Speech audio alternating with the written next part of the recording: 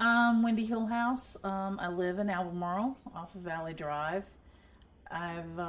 We have a cabin up in the woods, and I'm married to Jeff, my best friend, my muse, my encourager, my supporter. He gives me such great emotional and artistic support as far as encouraging me. I do jewelry. I dabble in painting a little bit now, mostly abstract and strange stuff, and take a little photography, but it's primarily jewelry that I really enjoy doing and love doing, and especially things that resemble things in nature or that copy things in nature, or I try to use as much natural objects with resin and stuff that I can in jewelry lately. Trying to capture the colors with enamel and then do some of the resin work. Everything from feathers to acorns to snail shells to whatever I can find when I'm out gathering, as well as some semi precious stones and stuff. So that's what I do.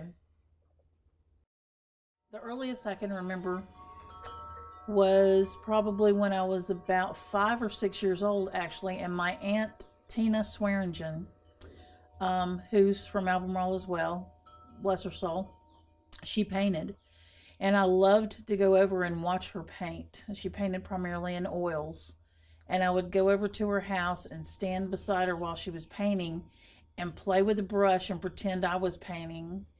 And she encouraged me, gave me some oil paint of my own and some canvases, and then showed me what she did, and then let me take all that home and play with it myself. And that was just like the most wonderful thing in the world, to be able to, even though I'm sure it looked terrible, like a 6-year-old would draw or paint, but she was so encouraging and so understanding of, here's this little aggravation that's standing here playing with my expensive brushes probably, and my oils, because oils were very expensive back then. But she was so encouraging and gave me all that and let me create. And then my grandfather actually signed me up with a pen pal on an Indian reservation, on a Navajo Indian reservation, and we would send little necklaces and stuff back made out of seed beads, and I would get Indian necklaces, and those were the most wonderful things in the world. Started early, but there were a lot of lapses, due to mostly probably my family history, because my grandparents lived down here on Valley Drive, actually, and I was raised in this area, but I worked for Harris Teeter for 39 and a half years and ended up moving around for them once I graduated high school, and went full time and ended up in Raleigh for a little over 10 years, then went to Chesapeake, Virginia, then to Mint Hill and the Charlotte area, and then ended up back here actually after my father had a bad stroke and I needed to move in and take care of him for a while. And just happened to see this house for sale when I was riding by, and ended up moving here back in 1999. So that's how I ended up actually back in Albemarle and living here full time.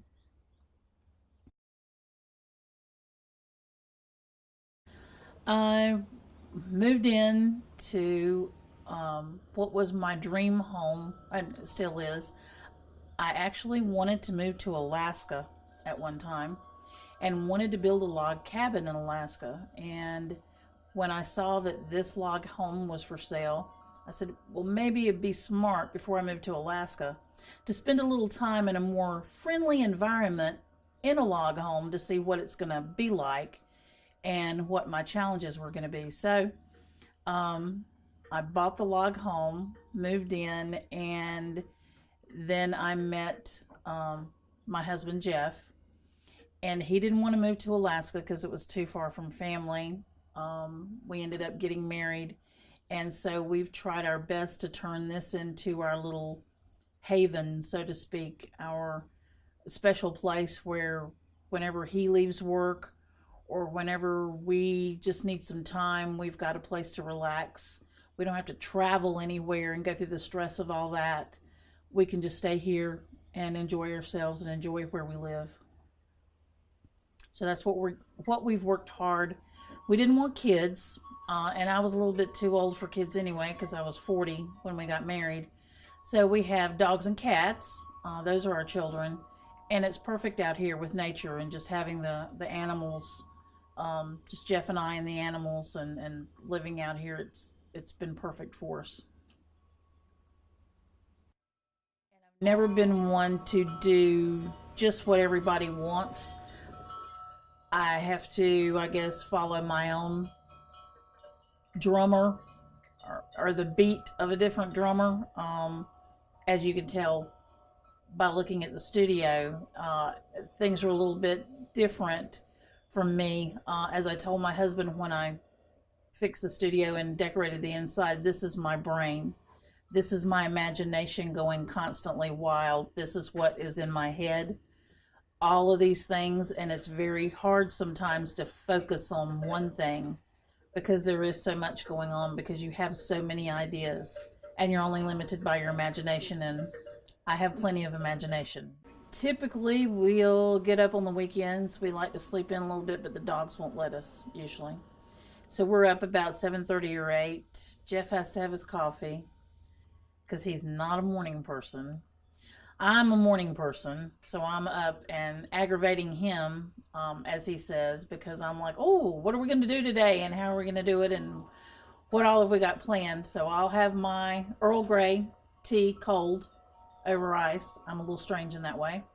Jeff has his coffee. We'll grab a quick breakfast, and then we're usually outside, either doing something in the yard, cleaning something up, or we might just veg out for a little while and sit in the swing by the fire pit or sit in the chairs by the pool. And hopefully this summer we'll be in the pool in the morning as well as the evening and stuff like that, because we've never had one before, so it's a little bit of a new experience for us.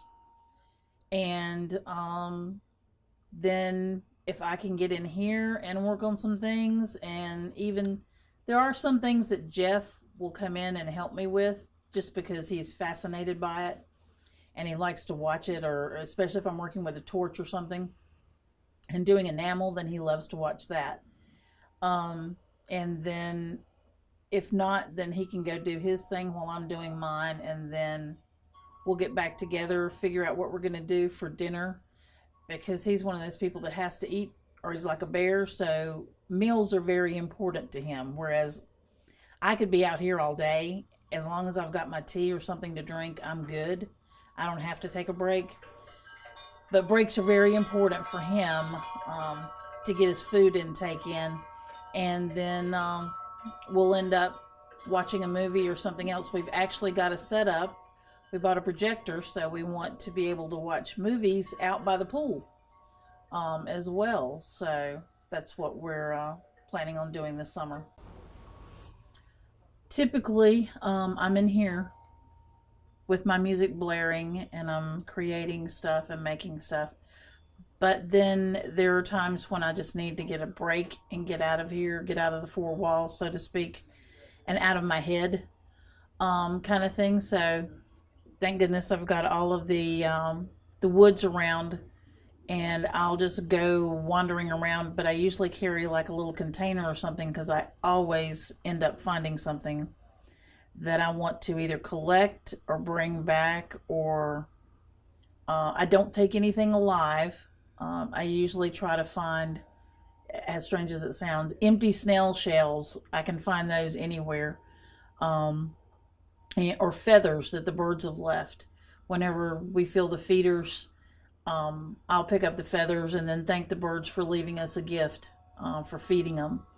The snail shells, chipmunks, I guess, love to eat snails, because I'll find them close to the chipmunk holes. So I guess they're eating the snails out of them, and then they're leaving the shells there, so I'll collect those.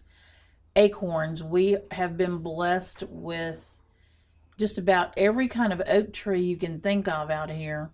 So I can collect about 4 or 5 different types of acorns, and I never paid attention to acorns before. I never knew there were so many different ones, but there are, and I collect them and bring them in. Believe it or not, wash them with a toothbrush, dry them off and out in the microwave, which also kills anything that might be in them. And then I can bring them out here and preserve them and then try to use them in my jewelry and stuff. So I've got containers full of acorns. If I find a dead bee or anything like that, it's usually in my container, and it ends up here in my studio where I've got some flat files set up, and there are just 2 drawers that are dedicated to nothing but nature items.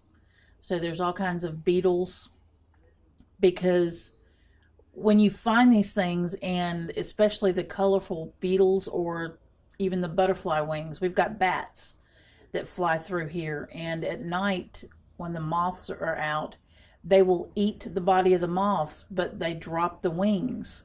So the wings end up on the ground or all floating on the water in the pool. So I'll collect those and dry those out, and you get Luna moth wings, you get all different kinds of moth wings. And I'll collect those and end up putting those in my nature drawer. Huge fan of The Wizard of Oz. Love it. So I've got part of a wall dedicated to nothing but Oz stuff. I've got the top of a bookcase that's got nothing but Oz stuff on it. And then my mother instilled an appreciation of Egyptian things in me. And so I've got some Egyptian stuff on the walls. I've got a little bit of everything up in the studio, as you'll see. So it's not boring, for sure. It's very, very different, but it keeps you engaged, I think, because I have literally, Jeff has spent an hour in here, and then all of a sudden he'll see something he's never seen before, and that amazes him because he's not used to being in a place like that. So he loves to come in here and look at stuff too. I actually stumbled on the gallery with Jeff one day when we were downtown shopping, and walked in and saw that there were all of these artists there that were local artists. Talked to a couple of the artists that were there in the gallery and found out exactly how the gallery worked, and that it was an extension of the Arts Guild, basically the Stanley Arts Guild, and learned that, hey, I could bring some of my work in and actually have it juried in if it was good enough and that kind of thing. And I was like, wow, I'd never considered, I'd made stuff for family and friends for birthdays, Christmas, gifts, stuff like that. And then that put me in a whole different mindset. And that's one of the great things about the gallery, is you've got all these other artists in there that are doing, they may be doing jewelry, but they may be doing, most of them are doing other things, whether it be photography or woodworking or painting or stained glass or whatever. And they can inspire you. It makes me feel good whenever we sell anything that anybody has made, because it's like, wow, okay, somebody is recognizing that we've got some really talented people in the area, and they're buying their stuff when they come in. Some people come in specifically looking for somebody's items because they've bought them before or they've received them as gifts, and they really love it. That's what I really enjoy, is seeing people come in and buy things, whether it be mine. And I don't always take people, if they say they're looking for jewelry, I don't take them straight over to my stuff right away. I try to show them everybody's, because everybody in the gallery is so different. There are no 2 people who do the exact same thing. There's a good variety. I also enjoy the fact that we're doing workshops there. So we're teaching people different things. I take the workshops because there are things that I really think are cool that I wouldn't try if we weren't teaching a workshop there at the gallery. And I think it's great that the Arts Guild is so involved and is encouraging this. I love to see young people, not necessarily children, but kids, teenagers come in and they're like, oh, well, I do this or I do that. And I'm like, well, then why don't you, bring some of your stuff in? You might could get it in here and sell it. And they're like, really? You would let me come in here? And, oh, yeah, no problem. And that it's that encouraging for people to come in and to recognize the talent that we've got, because we've got a lot of talented people in Stanley County, and I think we just need to get more of them involved in both the Arts Guild and in the gallery, and show all the other surrounding counties, including Mecklenburg, what we have and how talented people are in the area, and that we've got just as good as these big cities do, if not better. So that's what I love about the gallery and the guild, that and the interaction with all of these crazy people that are artists like me out there.